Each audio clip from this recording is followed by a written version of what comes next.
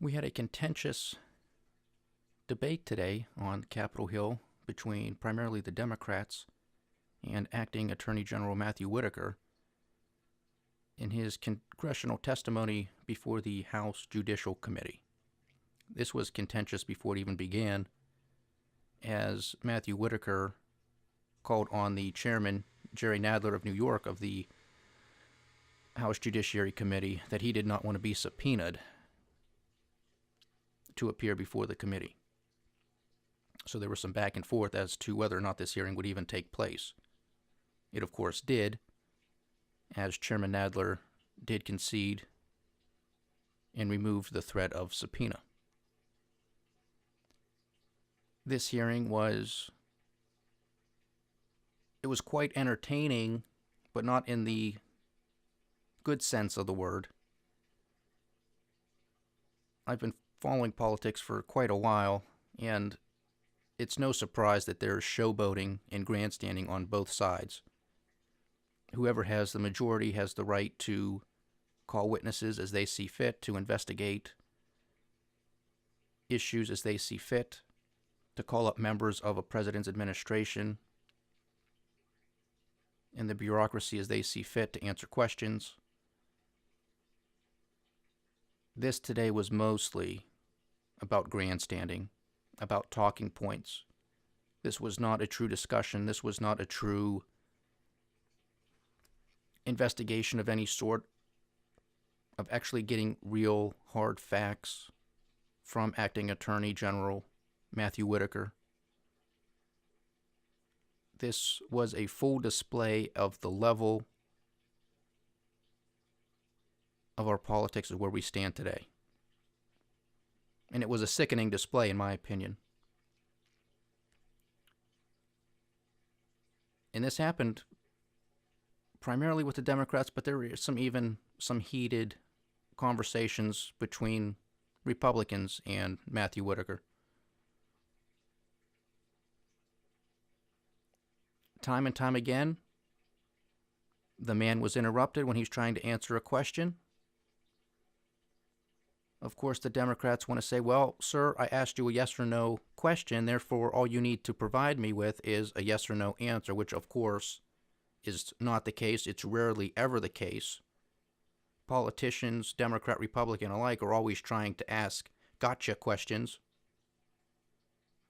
Well, if you're being questioned by Congress and you have a position within a presidential administration, you're probably smart enough to know that Congress is grandstanding and is trying to trap you.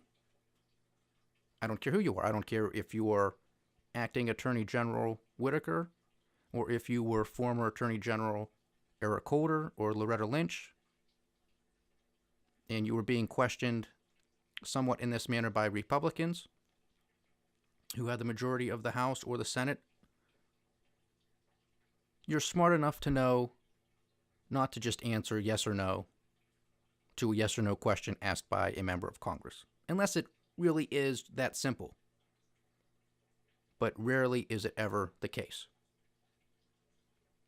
I mean, for goodness sakes, the man is asked to take an oath to tell the whole truth. Well, do you want the whole truth or don't you?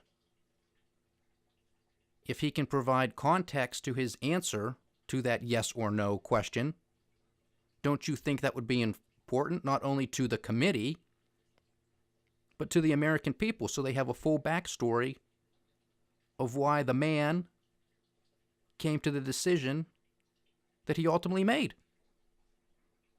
It's not rocket science. There was a level of animus in some of these committee members that I've never seen before. And I'm not exaggerating.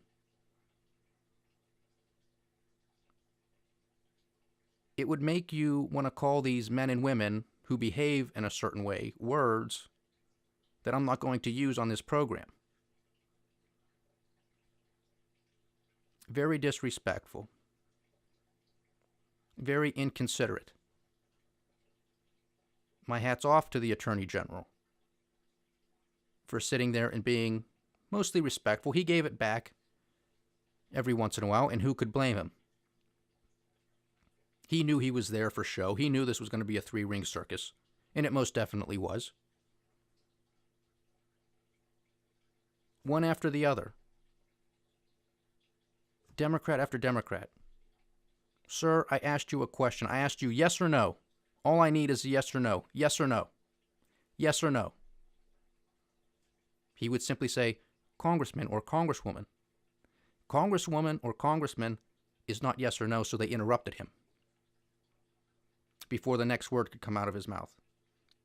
They could say, this is my time. I only have 5 minutes. I own this time. It's mine, not yours. No grandstanding. Don't take time off the clock. It's my time. One after the other, as if they were all given talking points before the hearing today. I understand politicians want to be political. I understand that they want to have their sound bites so they can all outdo each other, so they can get on the evening news, so they can have a in-depth, intelligent conversation with Anderson Cooper or Wolf Blitzer or Rachel Maddow. But my goodness, aren't there other ways to do it? And what came out of this testimony today? Absolutely nothing. Nothing came out of it. Why? Because they're asking the man questions that he can't answer, a lot of them. Not because he doesn't have answers, but because by precedent and tradition of the Department of Justice, he's not to answer questions about ongoing investigations. He's not going to disclose information that pertains to conversations that he may or may not have had with the president, citing executive privilege, which they all hide under executive privilege, rightly or wrongly.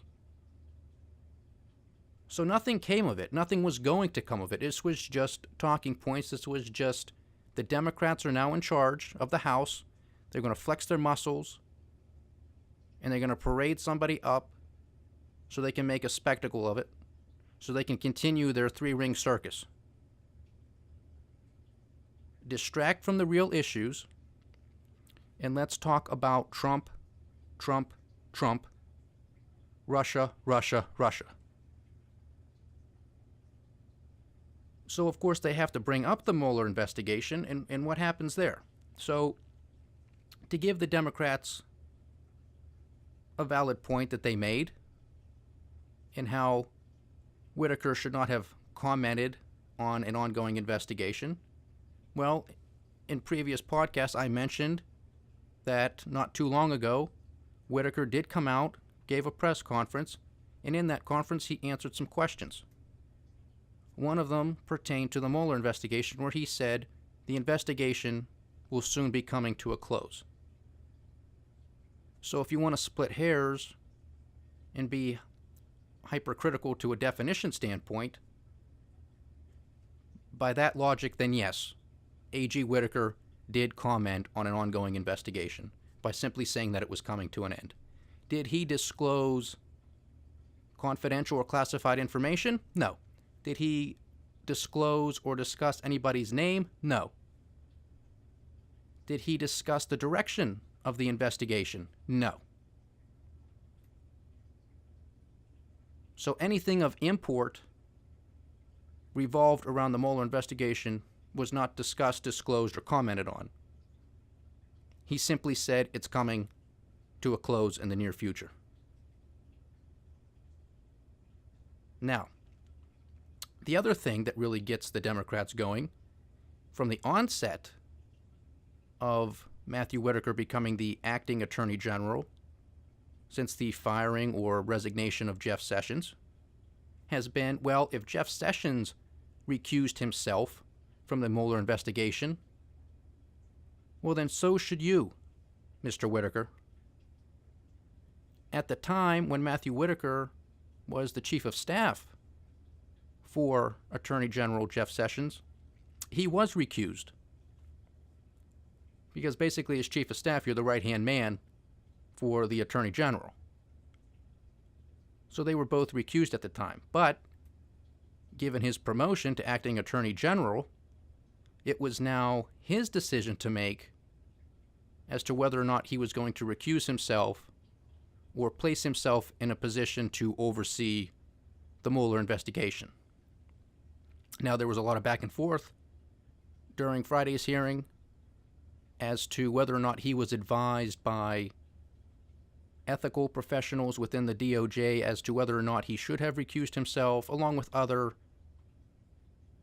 top-tiered officials that could give good insight and analysis as to whether or not he should recuse himself. And like anything else, when you're weighing a decision and you have people advising you, you're going to have people on both sides of the issue. You're going to have some people who said, yes, it would probably be better if you did recuse yourself, and others said, well, you don't have to, maybe it would look better if you did, might not be that big of a deal, and the back and forth continues. But at the end of the day, nobody disagreed with the fact that it was Acting Attorney General Matthew Whitaker's decision as to whether or not he was going to recuse himself. Well, ultimately he decided he was not going to recuse himself, and he was going to take that role of overseeing the Mueller investigation. Now, what does this mean? How can he affect the Mueller investigation? How can he potentially cover it up? Because that's the concern with Democrats. And quite honestly, if there's a real concern, it should be a concern for everybody. There should be no cover-up. None whatsoever. We want the truth to come out. And of course, as I've stated previously, there hasn't been much truth of anything that would tie President Trump and the Russians for any type of significant collusion of any sort, minor collusion of any sort, or anything that suggests that President Trump and the Russians rigged the 2016 presidential election. Nothing. That's why these Democrats are continuing their investigations down every rabbit hole they can find. Because they have a good sense that nothing of import is going to come from the Mueller investigation. Now, before, and very shortly before Robert Mueller was appointed special prosecutor, everybody on both sides of the aisle, oh yes, this man is fantastic. No problems here. He's an outstanding person with the highest sense of moral clarity and ethical judgment. Both sides said this. He's a winner. He'll be fair. He'll be impartial. There's no concern. All right, there's no concern. So, if logic tells us that if this is true, both sides say it is, and Matthew Whitaker decided to not recuse himself because he had every intention of going in there to end this investigation sooner rather than later and to cover it up, then if Bob Mueller is such a reputable man of the highest integrity, then wouldn't he scream foul? Wouldn't he scream bloody murder? Wouldn't he bang on desks? Wouldn't he shout on high? This man is trying to stop me. We have very important work here for the American people. This is not a joke. He is interfering in a very serious investigation. Has that happened? No, it hasn't happened. Why? Well, the only two logical things would be Bob Mueller's in on it, and he's not this highly reputable character that everybody on both sides thinks that he is. Or just maybe, Matthew Whitaker isn't interfering in the investigation. Oh, did I blow your mind? Maybe the man is doing his job. Maybe Matt Whitaker is an honorable man. Maybe he's a professional. Did I just blow your mind? Take a second. If you're a Democrat, you might have been hurt a little bit. Take it easy. You'll be all right. This is ridiculous, and it's... When's it going to end? According to Nancy Pelosi, according to Jerry Nadler, according to Adam Schiff, it's not.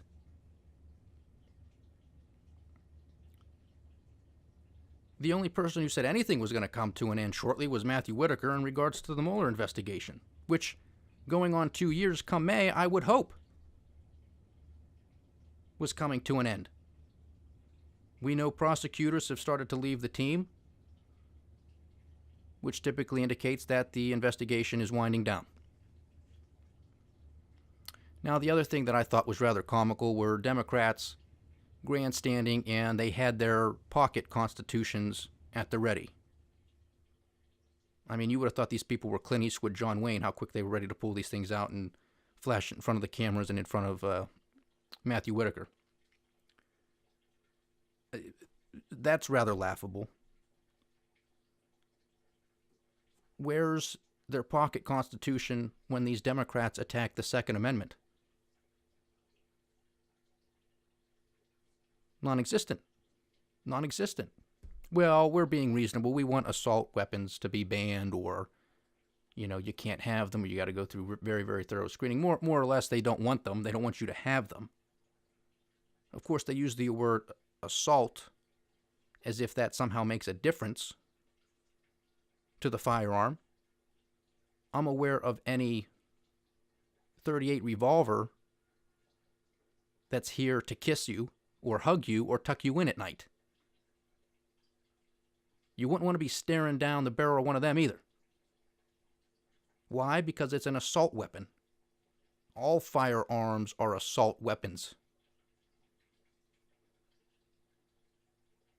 The question is it used as a mechanism for defense or offense? That's the question. Now everybody wants to get heated. I don't want to go on a tangent on the Second Amendment, but you want to pull out the pocket Constitution. I don't see them coming out to defend that. They want to take those rights away from you. They definitely want to limit them. And depending on who you're talking about, there's no question that they want the amendment gone, extinguished from the Constitution. What about Obamacare? Where in the Constitution does it say that it's the job of the government to provide health insurance and medical care for people? Where does it call for Social Security and Medicare? Hell, it doesn't even call for an income tax, especially not the way that it has been distributed and implemented. What about the Federal Reserve? The money powers are supposed to be vested within the hands of the people through Congress.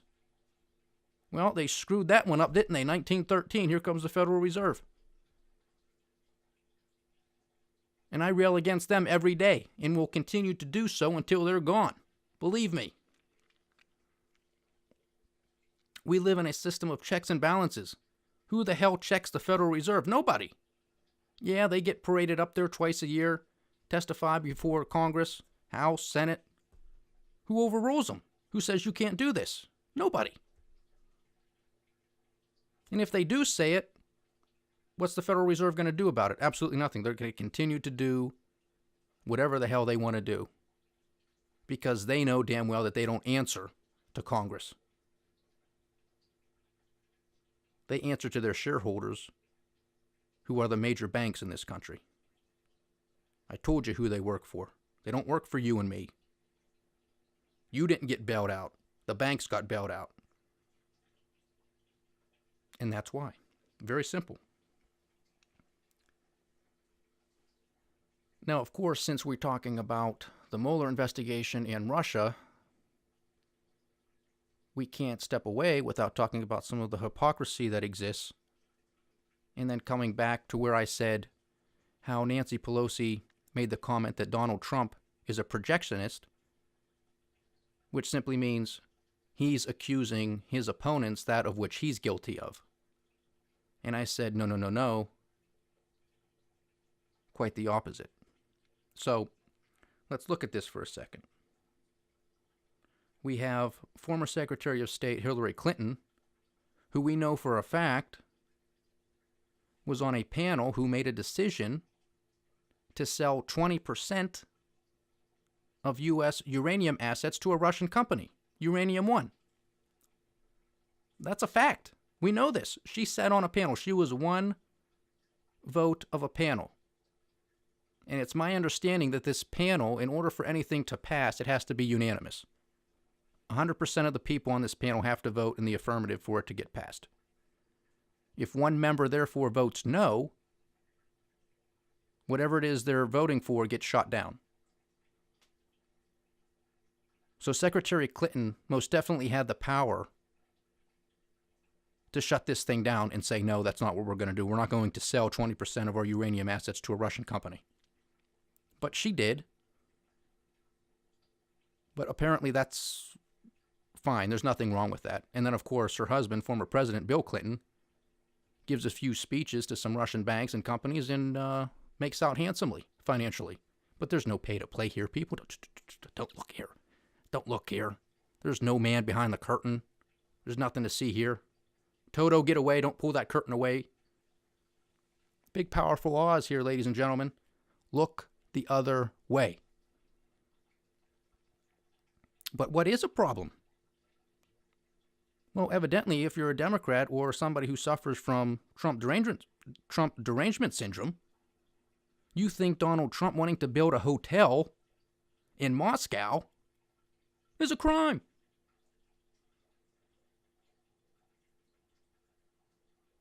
How the hell is that a crime?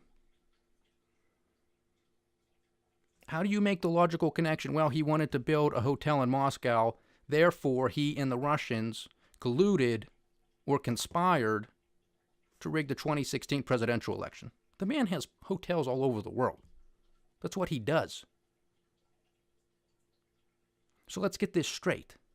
A man who builds hotels wants to build a hotel in Moscow so people have a place to sleep at night. And that's a crime. Hang him. Impeach him. Impeach 45. Maxine Waters. Impeach. Impeach 45. Hillary Clinton sells 20% of our uranium assets, which are used, to make bombs. Not big ones or anything, just nukes.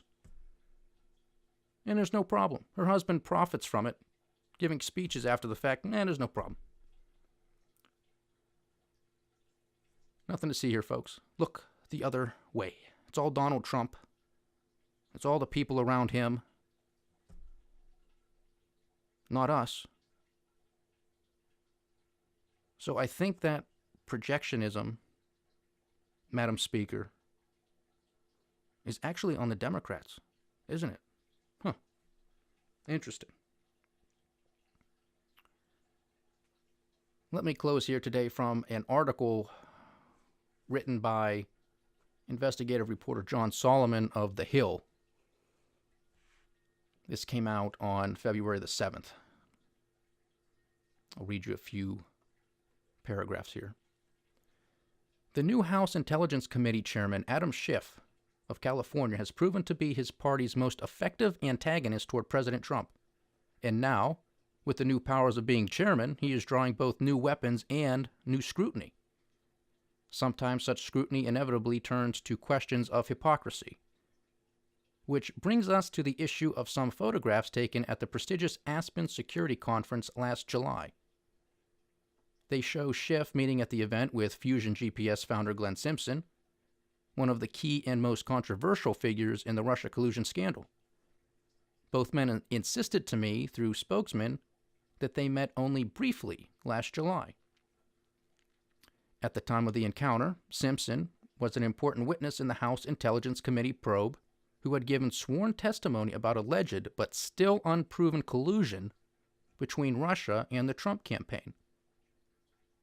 Simpson ran the firm hired by Hillary Clinton's campaign and the Democratic Party to find dirt on Trump and Moscow.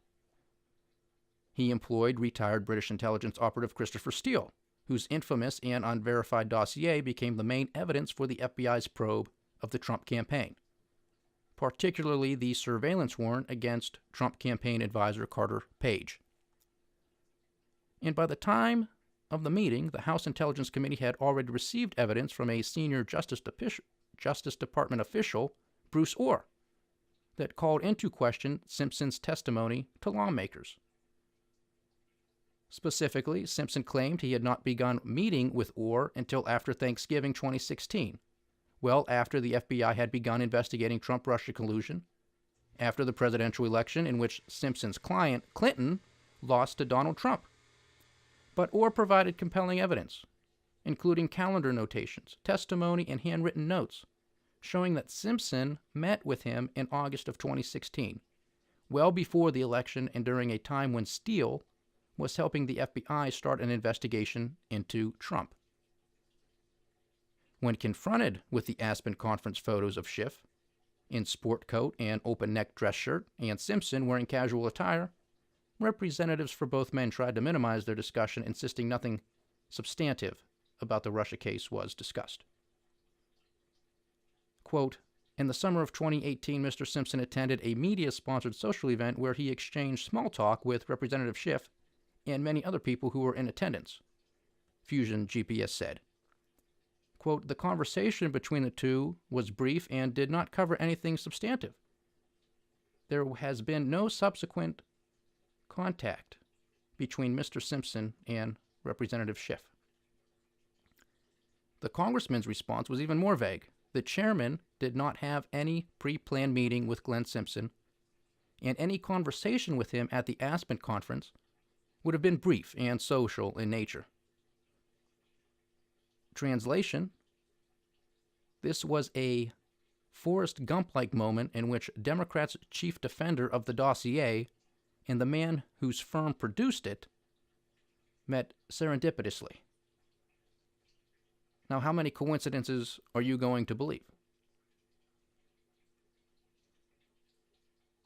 Now, for those of you who may be unaware or may have forgotten all the names that get thrown around in the midst of all of this Russia collusion insanity, Fusion GPS is a commercial research and strategic intelligence firm based in Washington, D.C. The company conducts open-source investigations and provides research and strategic advice for businesses, law firms, and investors, as well as for political inquiries, such as, wait for it, opposition research.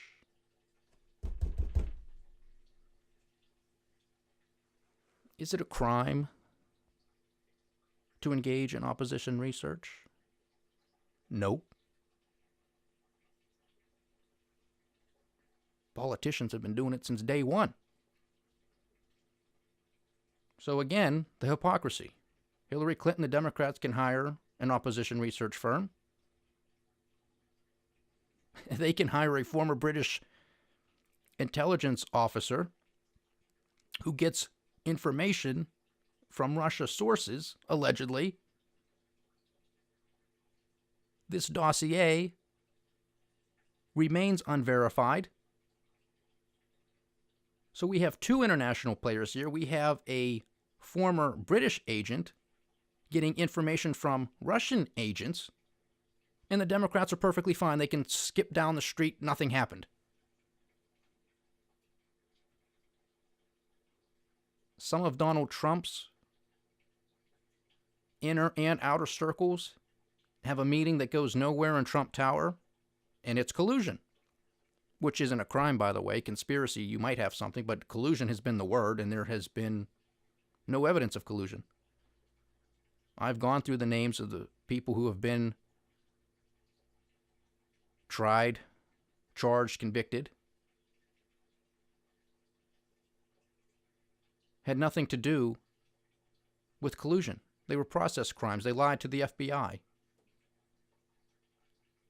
They were foreign agents that didn't register as foreign agents. Paul Manafort. And he was a political consultant to Ukraine, not Russia. Mike Flynn lied. No evidence of collusion, conspiracy, nothing.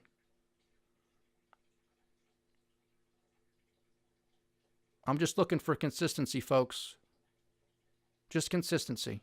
If you're going to go after Donald Trump and his associates for these types of allegations and actions that may or may not have taken place, then you surely must go after the Democrats, the Hillary Clinton campaign and her associates, inner and outer circles, because we know for a fact that they did engage with foreign actors and domestic agencies for opposition research. Again, I ask, when is this going to come to an end? There's two scenarios, in my opinion. The first one is if, as I alluded to before, if there happens to be some fireworks in the not-too-distant future, meaning that there may be investigations going on into House and Senate Democrats, into the Hillary Clinton State Department, into the Clinton Foundation. And if there are, and those come to an end as well in the near future, well, my goodness, those findings could be fireworks, to say the least. So that'll put everybody back on their heels. And that'll make what they're looking at like nothing. So that's one way this could come to an end, because everybody's going to know the game's up. It's been the Democrats who have been projecting on President Trump and his campaign that of which they were actually guilty of. So that could put it to an end. And option two, and I don't even know how true this would be, is if Donald Trump loses the 2020 election or is impeached, and which is a long shot that he gets impeached. I mean, he might technically get impeached from the House, but he has the Senate. So to truly get kicked out of office is highly unlikely. To lose the 2020 election, that's another story. But those are really the only two options we have. It comes to a head that it was the Democrats who are projecting onto Donald Trump that of which they are guilty of, and it's a shocker to everybody. It's not going to shock me, but it's going to shock everybody else. Or President Trump loses the 2020 election and they say, okay, that's really what we wanted. We wanted him gone, so I guess we can give up on these investigations, which they know are nothing anyway, so they're not going to waste their time after the fact.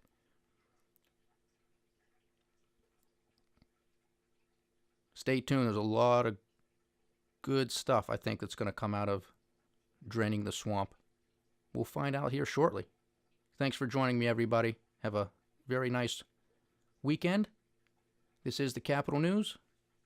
I'm Alex Kreitis, and Godspeed.